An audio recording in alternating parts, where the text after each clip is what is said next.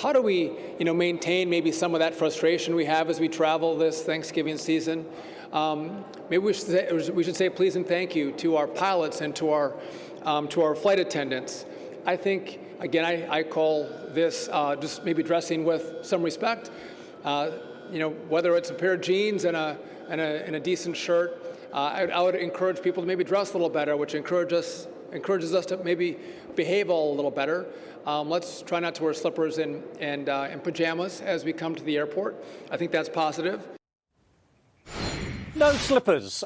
Transportation Secretary Sean Duffy sparking a national debate about how Americans dress and act at airports. Passengers are also weighing in now. Take a listen to this. Dressing better at the airport is probably a better way to condone yourself when you're on vacation. What's your reaction to that? Why? A lot more interesting stories in this world rather than worry about pajamas. We left at 4 o'clock this morning. I'm not going to get up and do my face and put on a nice outfit if I just have to go to the airport. I don't want to say it's the younger generation, but it is what it is. They think they can get away with it, and they get treated the way they look. I think it's disgraceful, and I think people need to look respectful and decent. Nothing wrong with that. By the way, the FAA reports in-flight disturbances have skyrocketed since 2019, ranging from disruptive behavior to downright violence. The agency has also reported thousands of unruly passenger cases since 2021, with enforcement actions and fines rising sharply in recent years. What is going on out there? Let's welcome back our panel, Stephanie Hamill and Ford O'Connell. The New York Post is reporting it's celebrities that are setting the bad example. So, Stephanie, could we blame Justin Bieber and Billie Eilish as the reason for all this? I laughed out loud when I read that article. They were actually attributing the sloppiness back to the Y2K celebrities like Paris Hilton and Nicole Richie, saying that they're bringing this living room couture to the airports because they were caught wearing their juicy velour outfits, if you will, while traveling. So it made it popular. And yet to this day, celebrities are still dressing down to go to the airports. Now, I don't want to be a hypocrite. I'm all about athleisure, and I do wear athleisure to the airport. You could not pay me to wear a pair of blue jeans.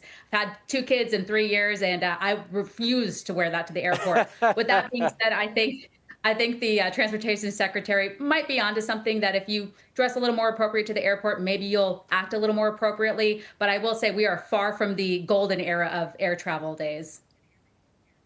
Yes, no suits these days. Ford, I want to get to this and get your comment.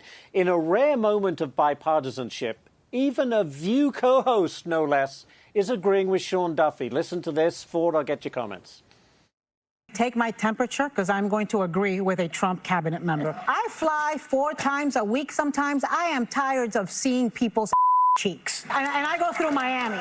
And, in Miami, people are half naked on a good day. And so it's like a lot of people in skin-tight, skin-colored leggings they look naked. I don't think that's appropriate. I don't think people should be wearing, T-shirts that with naked folks or with cussing. Manners don't stop at the gate. So what do you think? Has it all gone too far, Ford? Are people just too sloppy?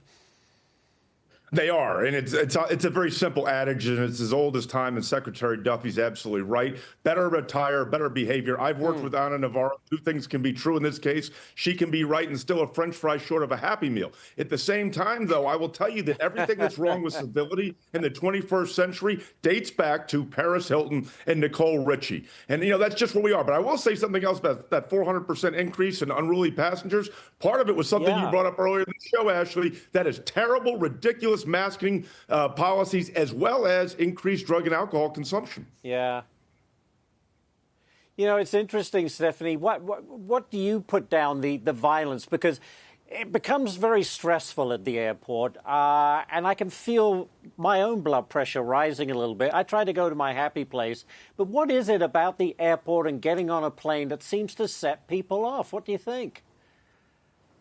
I don't know. This is something I've been kind of really thinking about. It just seems like air travel has gotten so much worse over the years. And it might be a lot of things like budget cuts when it comes to airlines, the expense of flights, the amount of cancellations and those type of things that are happening. So I think that all contributes to it. And also, we're all traveling a lot more, I believe, than we used to. So it just, it's kind of just like a common day occurrence. And so people aren't taking it as maybe seriously as they should. If you think about like the golden era, as I mentioned, people would dress up. It was like a big occasion to go on an airline. But times have changed as the ticket prices essentially have gone down to obviously have gone up.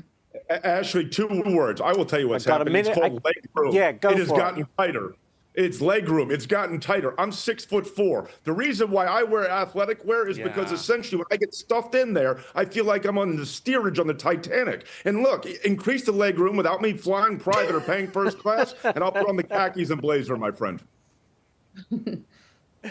But do you think, Ford, the sloppiness kind of is all in tune with the lack of civility? I'm not so sure. I think it is the lack of civility, but then again, we're going to go back to blaming younger millennials and Gen Z who believe that the entire world revolves around them and they don't care about anybody else but themselves. Well, I'll have to leave it right there. Thank you so much, guys. Stephanie Hamill, Ford O'Connell, happy Thanksgiving to you both.